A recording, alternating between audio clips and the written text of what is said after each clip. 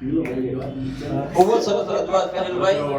તમે social media તમારો ધંધો છે અને એના વિશે તમે સારી અને ખરાબ બે વસ્તુ કીધી. બાકી જનરલી લોકો એના ધંધા વિશે ખરાબ બોલતા ના હોય, તો એ બદલ તમારો ખૂબ આભાર અને આપણે એમને તાળીઓથી વધાવીશું. તો ત્યારબાદ આપણા મિસ્ટર ઇન્ડિયા કહેવાય એવા આપણા ભંડેરીભાઈ, કે જે આપણને ક્યારેક જ દેખાય છે આપણા ક્લાસમાં. જનરલી એના બીજી શેડ્યુલમાં જ હોય છે હંમેશા. તો આપણે એમને આવકારીશું કે આજે હાજર છે, તો આપણને એ બે શબ્દો કહેશે અને આપણે થોડુંક જ્ઞાન આપશે. આવો સાહેબ. Thank you. સૌપ્રથમ તમે બધા મને સાંભળવા આવ્યા. મારા ટોપિકનું નામ છે शेर और चूहा. एक गर्मी का दिन था. शेर अपने गुफा में सो रहा था. अचानक एक चूहा आके उसके नाक के ऊपर चल जाता है और शेर जैसे खतरनाक जानवर को जगा देता है. और शेर जैसे ही अपने पंजों से चूहे को कुचलने वाला था, तब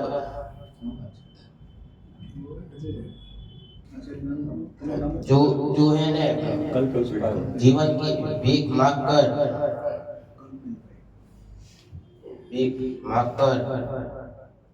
अपनी जान बचाता है. और शेर ने दया कर चूहे को छोड़ देता है. और एक दिन शेर अपने जंगल में घूम रहा था, तब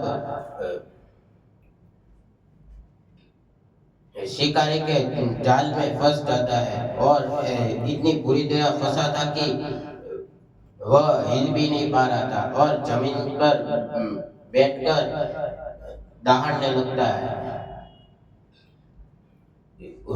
शेर की आवाज सुनकर चूहे दौड़कर आकर शिकारी की जाल की